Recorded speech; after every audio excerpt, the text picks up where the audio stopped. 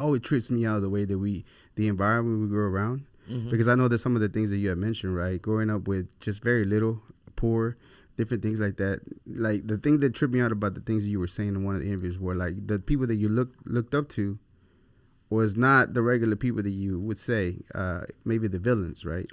Yeah, I always looked up to the bad guys. But you think they were bad guys, or you think they were just grew in the wrong environment? They were trying to make something for themselves. I think society called them bad guys. Mhm. You know, they were like, nah.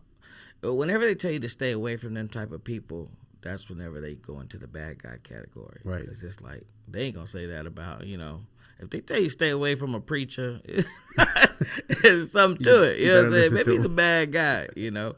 So that's where your mind goes to. So I just think I started looking up to him once you start realizing certain bad guys, you know, in the streets because, you know, they just look so happy, you know, with you know, the clothes or the fashion to the cars to the, you know, the females they're with. And then you start realizing, man, if there's just bad guys, why they look so happy? Like, you know what I'm saying? Like, something's not adding up for the people that are telling you to stay away. So then you wonder, mm-hmm. you know, and curiosity, man, that's,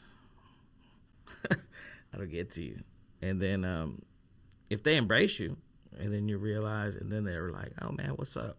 You want some money or whatever it may be, and then you get intrigued, and then you're like, well, I like the way you explained the fast lane part. Can you explain to me one more time how the money, fast life, that comes about really? Because it really comes faster instead of like, let's say a guy that works for almost a year just save for a car where you can literally get something for you, go put it out in the street or work in the corner before you know you got that car quicker. Well, let's put it like this. Mm-hmm. If you know you want to get somewhere and GPS tells you it's going to take you this long and somebody tells you, man, I know a shortcut, that's because there's traffic.